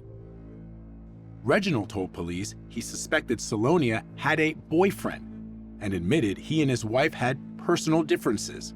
But Ward says the police found no evidence of an affair. Based on the research that I had conducted, her co-workers, the people that knew her, said that she just went to work and came home, that she was always seen with her little boy. The day after her body was found, investigators searched the family home on Apple Street. The chief of police said that when he went in, it smelled like bleach in the house. Detectives looked for evidence that Salonia may have been killed there, but all they found was a freshly vacuumed carpet and the gold clasp of a necklace. Reginald gave investigators permission to interview little Reggie, the only other person in the home the night of the murder. In this police video, a detective questions Reggie as his father fidgets with a beanbag intended for his son. Tell me what you remember about that night. Reggie Jr. became his father's alibi. The boy said he and his father played video games and then slept together in the same sofa bed on that August night. Did anybody come over? Did anybody leave? Everybody stayed home that night? When little Reggie agrees that everybody stayed home, his father looks at him. Everybody? Everybody stayed home that night? Don't be afraid. This, when she talks to you. Don't be afraid. We just talking. She likes you. Just a few more questions. What's the matter, baby? He said he didn't want to talk no more. Oh, you don't want to talk no more? It's just the emotional part of it. Okay, that's all right. Look, didn't I tell you before that I'm your friend? Oh, he's here, baby. Okay, darling, I won't talk no more. You don't have to. I just can't imagine what it's like as a 6-year-old to have to sit there and... Looking at that, it's still hard to believe that that's me. Watching that video just brings back so many questions and pain, because I see me crying In the aftermath of Salonia's murder, her family came forward with more information, some of it directed at one of Reginald's friends, Jimmy Ray Barnes. Turns out, Barnes smoked Winston cigarettes, the same brand found in Salonia's car.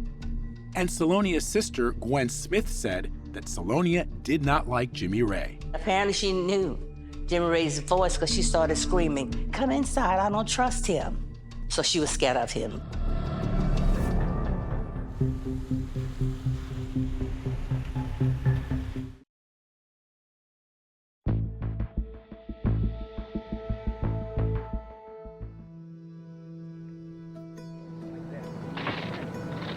In the days after Salonia's murder, there was one name police kept hearing: Jimmy Ray Barnes, a friend of Reginald Sr. Jimmy Ray Barnes was an acquaintance of Reginald Reed. He hung out with him, he worked with him. Lieutenant Ward learned about a disturbing incident at a local beach where Salonia was swimming with little Reggie just days before the murder. They were on inner tubes. Jimmy flipped Salonia over. She didn't feel that it was a playful thing. She felt that it was deliberate and intentional. She was not a good swimmer, and she said she struggled to make it to the bank. The next night, her sister Gwen said Salonia became frightened when a relative who was visiting Salonia spotted Jimmy Ray Barnes near her home. And she said Salonia went into hysterics like, "No, no, don't go out there, don't go out there." And within a few moments, Jimmy Ray Barnes walked around the corner of the house. Jimmy told her that he was checking on Salonia, and she ran him off. Ward would learn that Jimmy Ray, along with Reginald, came under even more scrutiny 2 days after the murder. A witness came forward to say she had seen two men around John's Curb Market on the night Salonia was murdered. She became suspicious and later wrote down on a piece of scrap paper the license plate. As it turns out, that was the vehicle that Reginald Reed was known to operate in. That was his car. Some 2 weeks later, police assembled this photo array and showed it to the witness. The witness identified the driver as Reginald Reed and the passenger as Jimmy Ray Barnes. Jimmy Ray was given a polygraph test, and police at the time said he passed. But it wasn't long before Jimmy Ray left Hammond.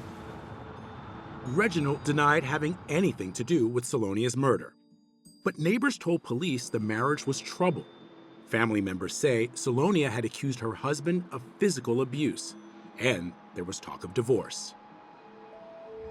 The police continued investigating, but prosecutors never brought the case to a grand jury. There's a lot of circumstantial evidence in 1987 that pointed to Reginald Reed and Jimmy Ray Barnes. As far as a smoking gun, it was not there at that time. I started feeling like nothing was going to be done about her murder, and we would not get justice. Time passed, and Reginald continued to live in Hammond. He even ran for mayor in 1998. R.L. Reggie Reed, number 8. You can count on me. Thank you. He lost that race, but he and little Reggie stayed in the family home, which today has fallen into disrepair. So this is it. What's it like for you to just come back here? I know you don't like to, but what does it feel like? I feel numb. Yeah, I feel numb. This is where it all started. You know, this is the halls I used to run. This is the TV room. This was the TV room.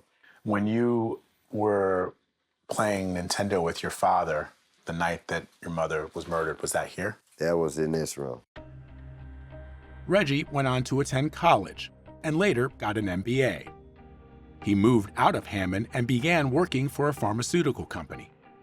There were no new developments on his mother's murder until 2011, when Lieutenant Barry Ward of the Louisiana State Police got involved. After I started interacting with Salonia's family, her sisters, I realized how important it was. Before Barry Ward came into the picture, I just felt like nobody cared about Salonia's case. This was just the last opportunity I felt before more witnesses passed away that we would have a chance to find justice for this terrible crime that happened to Salonia. As far as Ward could determine, the crucifix and screwdriver found within days of the murder led nowhere. But the detective was drawn to several life insurance policies Reginald had taken out on Salonia that paid out more than $700,000. Some of those policies were taken out the same month that Salonia was murdered.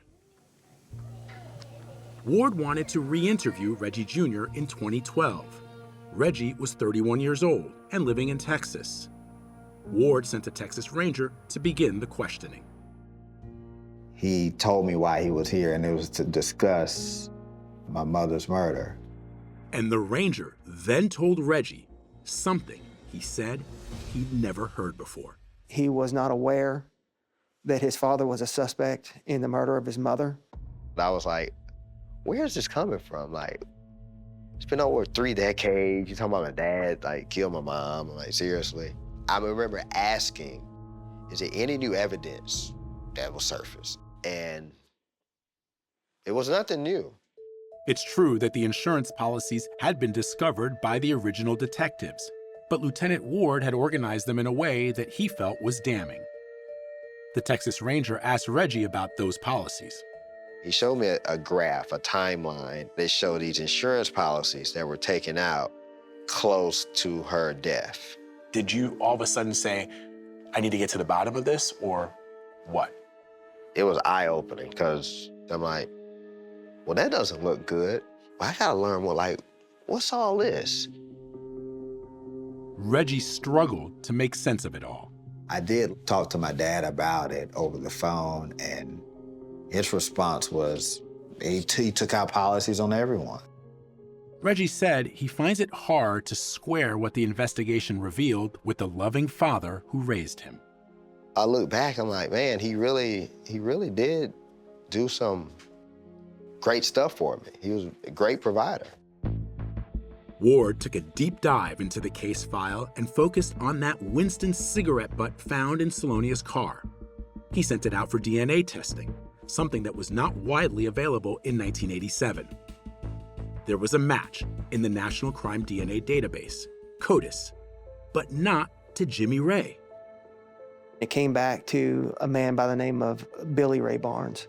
Billy Ray was Jimmy Ray's identical twin brother, and the DNA supervisor had another surprise. He let me know that identical twins share identical DNA. Lieutenant Ward decided he had to interview Jimmy Ray, and it turned out that Jimmy Ray had been holding on to some key information all these years. Jimmy Ray Barnes did tell me that Reginald Reed offered him $50,000 to quote-unquote knock off his wife.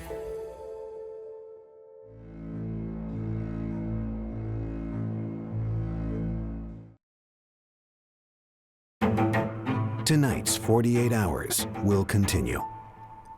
48 Hours is back. With 48 Hours. And so is the official after show podcast, Postmortem. Great to be with you again. Where we bring you a closer look at each case. This was one of the most emotional interviews. Follow and listen wherever you get your podcasts.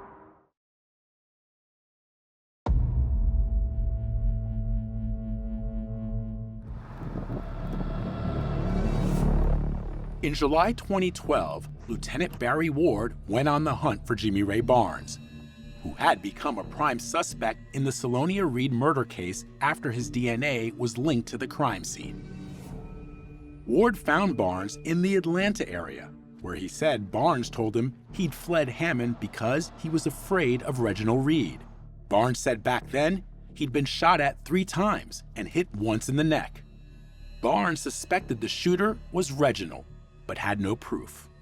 Jimmy said he was known to carry a gun, but you fast forward 25, now 30 years, Reginald Reed was now an old man. We're on. Okay. Barnes was ready to talk about Reed without a lawyer. But I ain't got nothing to hide. Barnes told Ward that a few days before Salonia was killed, Reed asked him if he would, quote, knock off his wife. Reginald asked you if you would, quote, by your term, knock off his wife. And that means you took that to mean to kill her, to murder her? Right. What was your response to that? Hell no.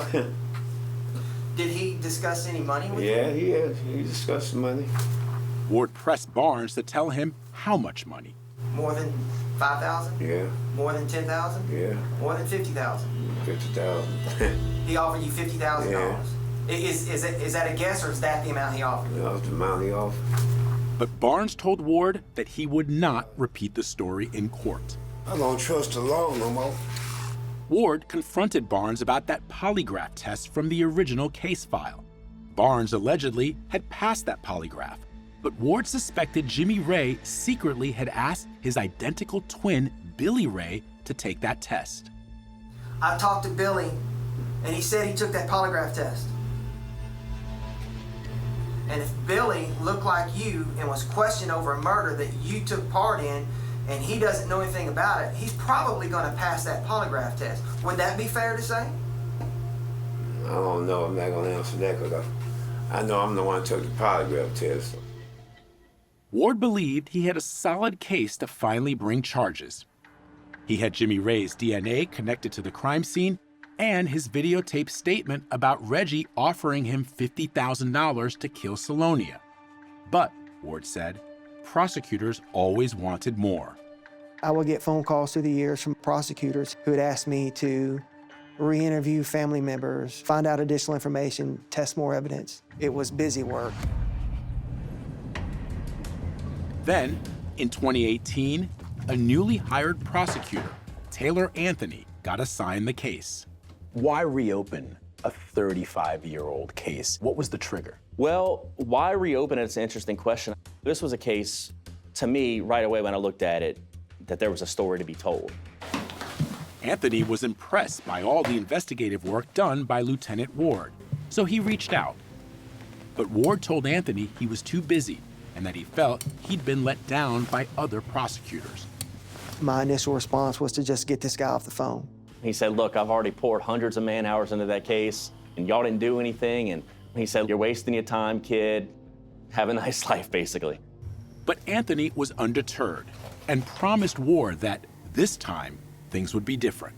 I think he saw what I saw. I think that made all the difference in the world. Like Ward, Anthony was sure Jimmy Ray Barnes knew a lot more. So he and Ward took a road trip to Atlanta. And we were able to locate Jimmy. He was staying in a camper at his employer's place. We pulled up early in the morning when the sun was coming up, and he was coming out of this camper, putting a belt in his pants. And he said, hey, who y'all looking for? I said, you, Jimmy. And he goes, oh, you again. But this time, the new prosecutor had with him an agreement, approved by a judge, giving Barnes complete immunity if he testified to everything he knew about Salonia's murder. So, to the layperson, you offered him a deal? So I offered him what I would say would be the golden ticket. But Barnes rejected the offer. He did not trust me, he did not believe me, he did not want to talk to us. Ward and Anthony were about to drive back to Louisiana when Barnes said something that took them by surprise. As Barry and I were getting back in the car, Jimmy Ray Barnes came over to us and he said, I want you boys to know that I'm the key to it all. And he said, if you think you can indict me for murder, then do it. Anthony was quick to take him up on that challenge. A couple of weeks later, grand jury in Tazewell Parish returned second-degree murder indictments for both Reginald Reed and Jimmy Ray Barnes. Immediately, we went to Reginald's home. I knocked on the door, identified who I was, and that I had an arrest warrant for him for the murder of his wife. He really had no emotion. The date was June 21st, 2019, more than 30 years after Salonia's murder. When Reginald was arrested, it was like a burden, just got my chest, like a burden was lifted off. I got a call that my father was indicted for second-degree murder and conspiracy, along with a co-defendant for my mother's murder. Reggie Jr. put up his father's $250,000 bail bond. My dad being my rock for so many years, I felt the need to try to help him. Now that you are both adults, did you ever ask him those questions that you have, that you're questioning even now as we sit here? Yeah, I asked him, and he maintains his innocence. Sitting in another Hammond jail cell was Jimmy Ray Barnes. He now had a lawyer and asked to speak with Detective Barry Ward and Taylor Anthony. So Barry and I went and met with him again. And in exchange for him telling us everything he knew, he was offered a deal to plead to accessory after the fact to murder and was given a 5-year prison sentence. The homicide trial of Reginald Reed was scheduled for November 2022, and Jimmy Ray had agreed to testify. Reggie Jr. hoped to hear never-before-revealed details of what had happened to his mother. I want to know what happened.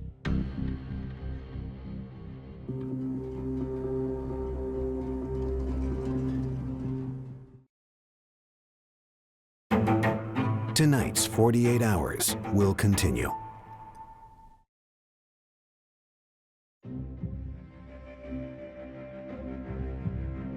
In November 2022, the murder trial of Reginald Reed began in Amite, Louisiana. Reed was represented by the mother and daughter defense team of Vanessa Williams and LaToya Williams-Simon. What makes you think that he did not murder Salonia? Their entire case is circumstantial. Williams-Simon says the state's case was weak. There was no murder weapon, no fingerprints or DNA tying Reed to Salonia's homicide. I was confused as to how they were really going to prove their case. There's no direct evidence. But prosecutor Taylor Anthony believed his prosecution would deliver justice to Salonia. The reason I became a prosecutor is to fight for people like this. I see a woman whose body's been desecrated, violated, mutilated, and nobody spoke up for her and fought for her. And there's a quote that I love, and it goes, "The dead cannot cry out for justice. It is the duty of the living to do so for them." And that's my job. Anthony told jurors about the $700,000 from the insurance policies on Salonia's life. So what was your theory once you put all these pieces together? My theory was that Salonia and Reginald were in a marriage that was about to come to an end. There was a history of abuse, and that Salonia was tired of it, and she was ready to leave Reginald. I think he was angry, and he saw an opportunity for some money. I think that's why he killed this woman. The case that they're presenting, which is this man takes out all these life insurance policies on a young, healthy 26-year-old woman, what is his rationale for having done that? But they're missing the biggest part of it. Which it wasn't just on her. It was on himself. It was on the child. It was family policies. So it's not like he just went and took out policies on Salonia only. Prosecutor Anthony was frank with jurors, telling them that the state would not produce a murder weapon or the exact location where Salonia was stabbed. He focused on what the prosecution did have, including that white lotion found on Salonia's body. Later, police were able to find a bottle of lotion in the Reed household that matched that type of lotion that was on her body. The prosecutor also showed jurors a photograph of some scratches on Reed's neck taken on the day Salonia's body was found. They wanted to take photographs of his neck, and he was very hesitant. Anthony said Reed told police 2 different stories about how he got those scratches. But after forensic testing, it was determined that none of Reed's DNA was found under Salonia's fingernails. They believe that the killer is Mr. Reginald Reed. So anything that goes to contradict that, they're going to completely block out. Williams-Simon pointed to Jimmy Ray's long criminal record of arrests. It couldn't be introduced at trial. And the reason why his criminal rap sheet couldn't be introduced at trial is because these aren't convictions. But Williams-Simon says Jimmy Ray's arrests were for violent crimes. False imprisonment and aggravated assault, aggravated battery with a dangerous weapon, murder. These are things that the jury had a right to know, but because of the law, they didn't find out. Jimmy Ray Barnes ultimately took the stand as part of his plea agreement. Jimmy, will you please tell me? There were no cameras in the courtroom, so this recording is taken from Barnes's police interview conducted by Ward before the trial. He told the same story when he testified. On the night of the murder, Barnes said he promised to meet Reed in the parking area outside John's Curb Market, where Salonia's body had been found. Oh, when I got there, he was getting out of the blue car. The blue car was parked there. Barnes said Reginald asked for his help in moving Salonia's body. I said, no, I wasn't getting involved in that. He wanted me to move the body, and I didn't want to move, and I didn't move the body. Barnes says that Salonia was fully clothed when he saw her, and sitting in the passenger seat. I did see the body in there, and I panicked. My understanding after the fact is that Jimmy Ray Barnes talked to Reggie and said, "Where's the money? You told me $50,000. He says he never got a penny of it. Prosecutor Anthony contends that after the men drove away, Reed returned and staged the crime scene, stripping off Salonia's clothes, covering her with that white lotion, and leaving other evidence to make it appear as a sex crime. And what does your dad say to that? He says it's completely BS. He says it's no way. We were at home playing Nintendo. William Simon had her own theory of what happened that night. All of the information that we've received about Jimmy Ray Barnes is that he was borderline obsessed with Salonia. I believe that maybe he encountered her, tried to make a pass at her, that was rejected, and that's where you see that anger, that rage, that hatred.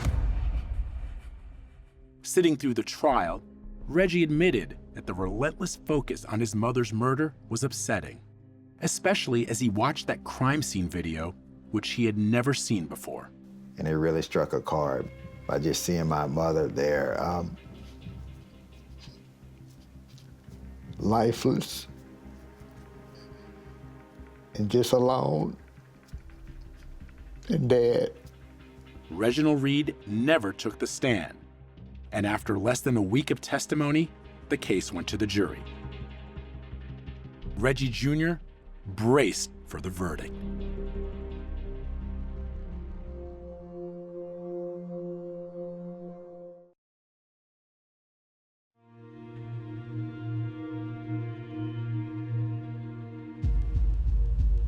As a prosecutor, when the jury deliberates, it's painstaking. You're just waiting and waiting and waiting. Some of Reginald Reed's brothers and sisters were waiting as well. Kennedy Reed, Belinda Reed Cox, and Claude Reed. Claude, you don't believe your brother murdered Salonia? No, I don't. I don't believe Reggie did that. My brother's not a murderer. He's not. But on this day, November 18th, 2022, Reginald Reed was found guilty of second-degree murder after the jury deliberated for just over 3 hours. When he was found guilty, I feel like he died without dying. And I saw myself at that same 6-year-old crying out for my dad as I did in that video. I'm your friend. And I just wanted to end. Reggie tried to recapture the moment his father was found guilty in his book. My father grabbed me up into a big hug. I wanted to stay there forever. He pulled back for a moment, looked me in the eyes, and kissed me on the forehead. We embraced once more, and then they took him away from me. I wanted to tell him, I'm sorry for the loss of your mother. I'm sorry for your father going to prison. I can't even imagine the grieving process that he's got to go on through. Reggie says sitting through the trial was excruciating. But when it was over, he still wanted answers. It's my parents' room. Lieutenant Ward has told you that one of his theories is that your mother may have been killed in this room. In this room. I just go back thinking of the manner and the way which she was killed. If she was killed here, how is it possible that they couldn't find anything? Where was I? Did you leave the house after I fell asleep? Questions Reggie cannot answer because he simply cannot remember. On January 30th, 2023, everyone piled back into the same courtroom where Reginald Reed was sentenced to life in prison without the possibility of parole. He did not offer any kind of explanation or statement and said nothing. You know, I want justice, but I didn't think justice was gonna come at the price of my dad going to prison for life. So my question is, do you believe that your father murdered your mother? I don't know. Another question, do I think my dad had some involvement? Maybe. I don't know, though. I don't know. So that's where it's like a tug-of-war game. Just knowing the type of father he is, I can't just turn a page and just look at my father as a complete monster. Salonia's sister, Gwen Smith, always believed Reginald was Salonia's killer. Although she and Reggie Jr. are estranged, she still worries about him. I just kind of feel bad for him, you know? Because his mom was taken away from him when he was a little boy. What do you want people to know about this case? If you could sum it up for me. I know one thing, my brother did not commit this murder. For Barry Ward, who worked on the Salonia Reed case for a decade, the conviction was just, and he appreciates that Jimmy Ray Barnes agreed to testify. Jimmy Ray Barnes was the key. Barnes served his sentence for being an accessory after the fact to murder. He was freed from prison, and shortly after, on January 27, 2024, he was killed in a car accident. He was in Hammond to attend the funeral of his identical twin.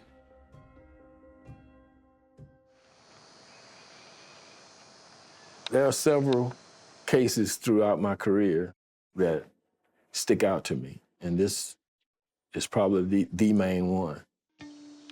Charles Muse, the Hammond police officer who found Salonia's body, is pleased he got to see the outcome of the case. I mean, her death, didn't just go in vain. I find some peace in that. You say that you wish you would have gotten to know her better, but then you realize too, you must, that she's living through you, that she's here because you're here. Absolutely. And I think about that she's in a place where she's consistently watching over me. As for Reggie's father, he calls Reggie from a Louisiana state prison once or twice a week. This call is not private. It will be recorded and may be monitored. Hey, Ray. Hey. How you doing, man? Good, how you? A 48 Hours producer was present during a recent call. Do you think you got a fair trial? No, of course not. Of course not. Wasn't no evidence. What you got to tell us about your son? Oh, remarkable. I thank the Lord for him every day. That he was able to understand something that was going on, but that I would never leave him. These days, Reggie has his own family. His son Lathan is nearly the age he was when Salonia was killed. And they often play games just as Reggie did with his father. And in January 2024, Reggie and his wife Paula were blessed with a baby girl. When our daughter was born, we both agreed there's no other name that we should name her except Salonia. Give that name an opportunity to live life and be recognized in a positive way. Wow, it's beautiful.